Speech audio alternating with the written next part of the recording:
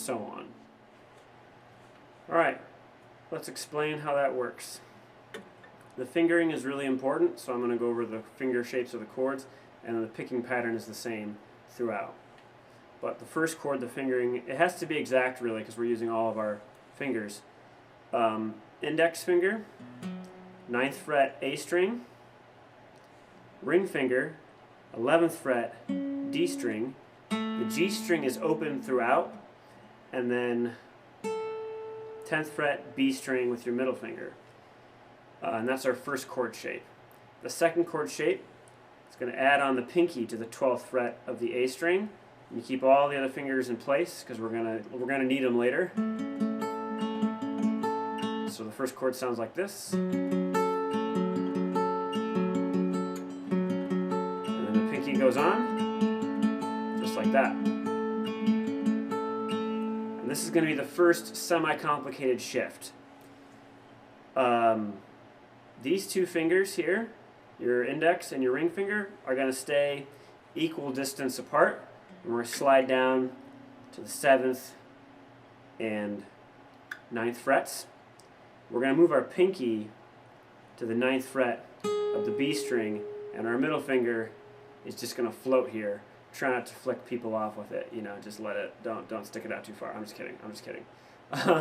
Also keep in mind, I have my capo on the 2nd fret because we're playing that open G string. I'm going to play this in the key of A. Technically in the MP3 or the original recording of this is in the key of B, so you just move the capo up and do everything I'm doing up 2 frets. So that should be pretty easy to transfer.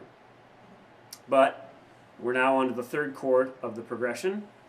Index finger as stated on the 10th fret, on the 7th fret, ring of the A string, ring fingers on the 9th fret of the D string, G string is open, pinky is on the 9th fret of the G string.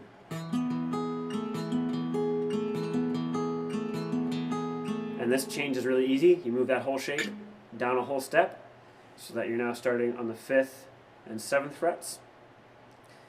Not relative to the capo. I'm counting the frets as they are, as if the capo wasn't there.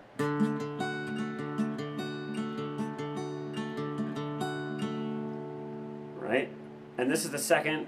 When we start back over, this change is also a little complicated. So we slide back up to the 9th fret.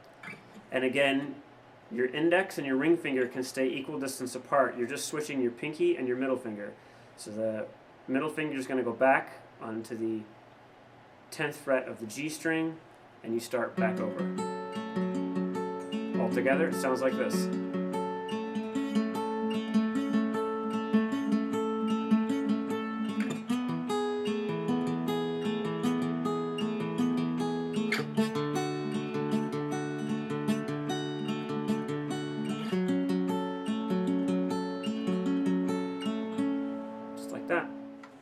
Okay, now for the picking pattern.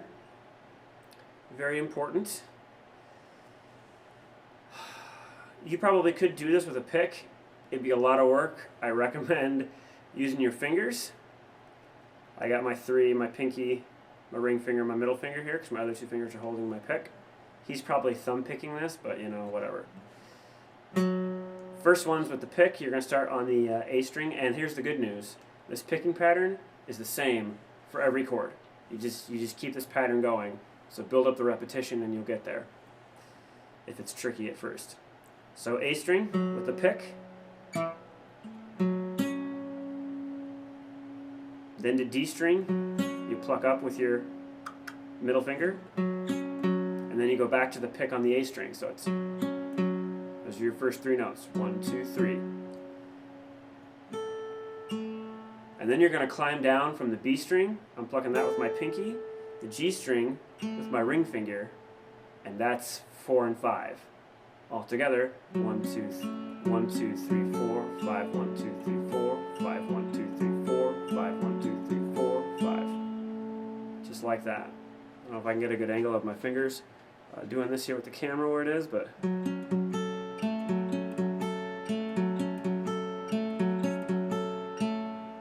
So one more time, that's A string, D string, A string, B string, G string.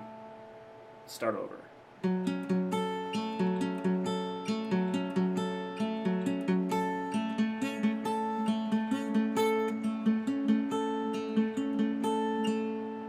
And then the riff goes on. So those chords in that pattern get you all the way through the verses and the choruses. The bridge, though, the chords change. And honestly, this is where I encourage people to get a little creative. It's hard to follow exactly what they're playing, but there's a lot of beautiful ways to play it. The picking pattern stays the same. They just strum their way through the instrumental with regular first position chords. And then when they get to the bridge, here's what you can use this same picking pattern and just pick through the chords, starting on the root note or the low note in the chord every time.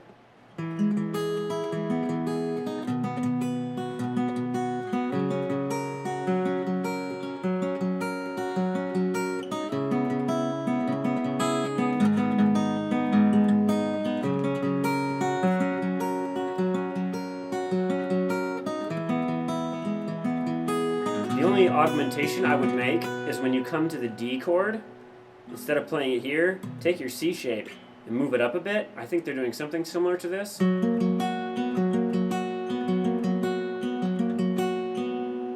that makes for a really pretty chord, especially when it gets to the... Lord, have your way in me.